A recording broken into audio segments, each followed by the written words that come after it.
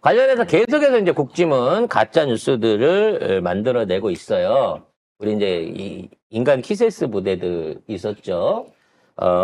밤새 비닐 호일을 이렇게 둘러 쓰고 그 눈 속에서도 관절을 지킨 분들이 있었는데 이거를 윤석열 지지자로 사진을 둔갑시켜가지고 냈어요. 그것도 국민의힘 미디어 특별위원장이라는 놈이 이런 가짜 뉴스를 만들어가지고 뿌렸습니다.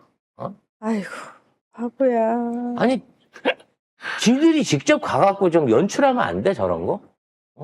저렇게 사람이 안 오잖아. 아니, 국회의원들이 가갖고, 제대로. 옛날에 뭐 단식 투쟁도 하고 많이 했었잖아. 천막 투쟁도 하고, 그런 것처럼 나경원이 가갖고 저 호의로 쓰고, 저 안에서 성냥팔이 소녀 흉내 내면서, 그런 거 사진 찍어서 만들면 좀 좋아? 그런 거는 죽어도 안 해요, 이놈의 지지자 새끼들은. 응? 근데 문제는 아니 어떻게 탄핵 찬성하는 사람들을 데려가지고 그 사진을 잘라가지고 어떻게 윤석열을 지지하는 걸로 어떻게 바꿀 수가 있지? 이제 양심도 없다. 아니 이런 사진은 되게 많잖아요. 그거 사람들이 다 알아 대부분. 이 찍들은 몰라서 그런가? 그렇게 해서 사람들이 많이 왔다고 얘기하고 싶은 건가?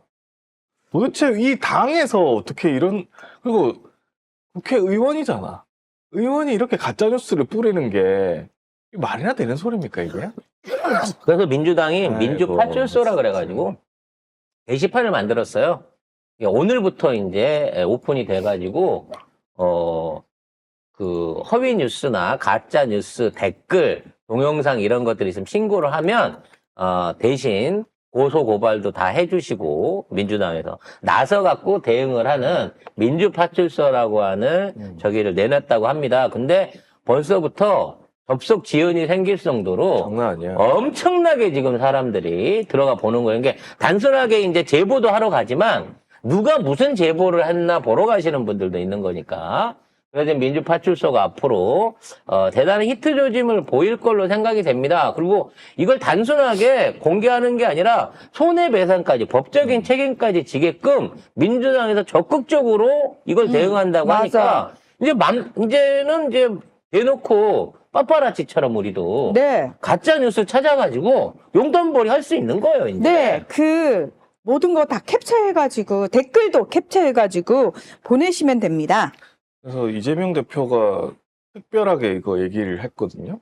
특히 왜 민주노총 집회할 때 지지자 경찰이 맞아서 혼수 상태가 됐다 뭐 이런. 또는 극렬 지지자들한테 폭행을 당해갖고 병원에 입원했다 이런 것들을 하고 있는데요. 말도 안 되는 가짜 뉴스 그거를 꼭 지금 해가지고 지금 처벌해달라고 얘기하고 손해배상까지 있고요. 청구해야 된다. 야, 그러니까 이제서야 민주당이 진짜 우리 지지자들 당원들이 원하는 식으로 일을 해주잖아요.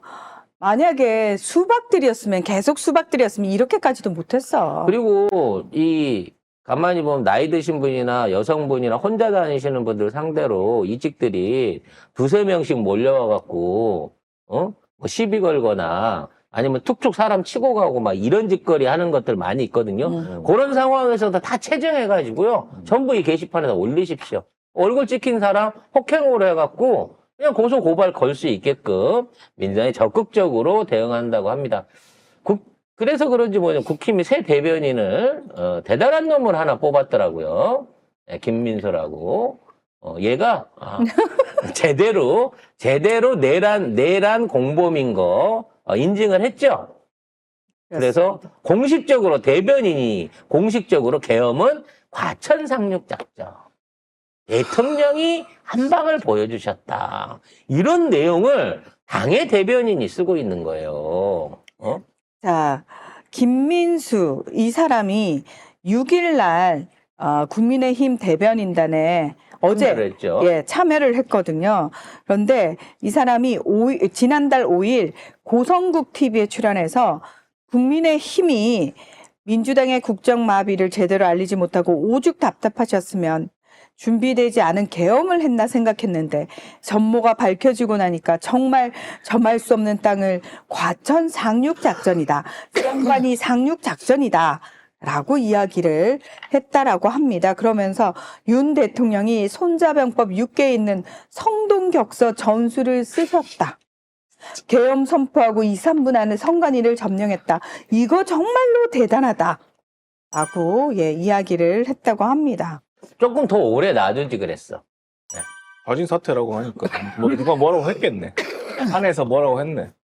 이제 지금 북지만 해도 재정셈 박힌 놈들은 이제 웬만하고 손절 쳐야 된다고 얘기를 하고 있는데 얘네들은 지금 있는 상황에서 윤석열이 계속 저러고 나대고 다니면서 어찌됐거나 지지자들을 결속해 주길 바라는 거예요. 그걸 통해 갖고 아직 우리 지지세가 있다라고 하는 걸 허풍을 떨라고 하는 겁니다. 그렇게 되다 보니까 계엄 이후에 윤석열 지지율이 40%까지 올랐다고 하면 말도 안 되는 여론조사도 나온 거예요. 저기요?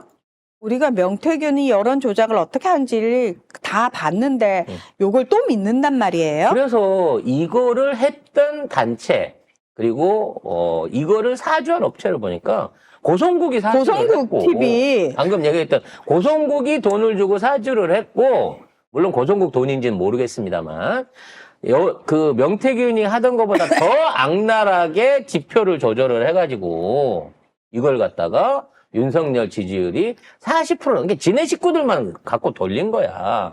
그래서 왜 뭐 한 90%로 하지 뭐 그러니까 40%왜 맞췄냐? 그리고 더 웃긴 건 뭔 줄 알아?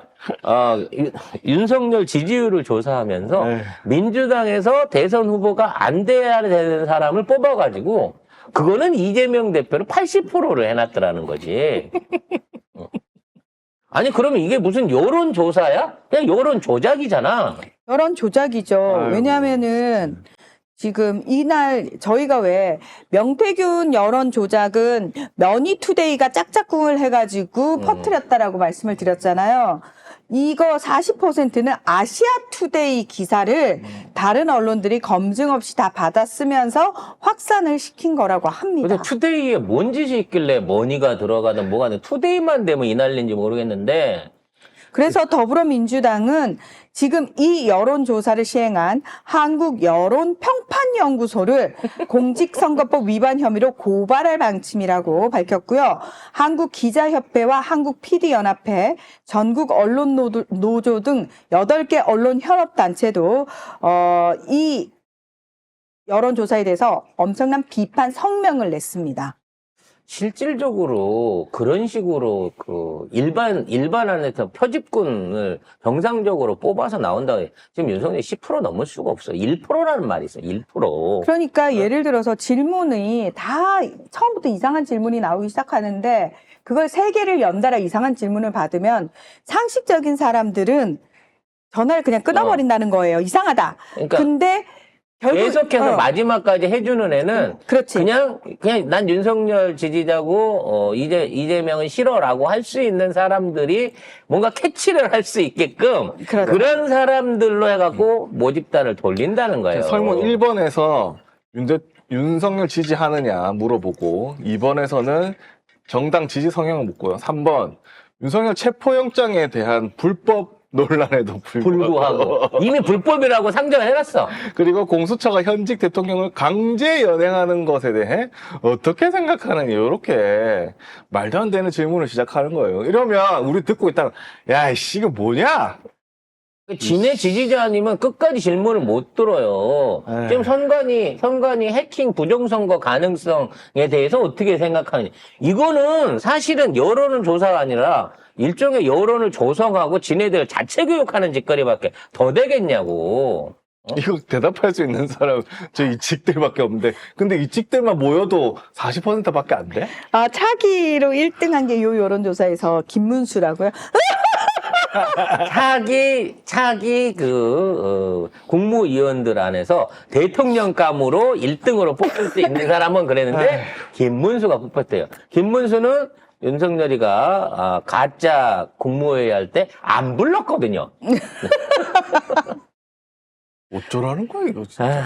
아무튼 뭐 요런 짓거리에 대해서 이게 이제 뭐가 문제냐면 이런 방식으로 편향된 여론조사를 하고 또는 상대당 후보, 상대당의 정치인을 비난하는 이런 짓거리들 자체는 사실은 공직선거법에 걸릴 수 있는 부분입니다. 지금 국진당이나 이런 애들이 플래카드에다 그래도 이재명은 안 돼 쓰는 것도 선관위에서 유권해서 해갖고 그거 안 된다고 내리라 그랬거든요. 근데도 계속 달고 있어요, 저것들은. 전부 다 잡아 쳐넣어야 됩니다.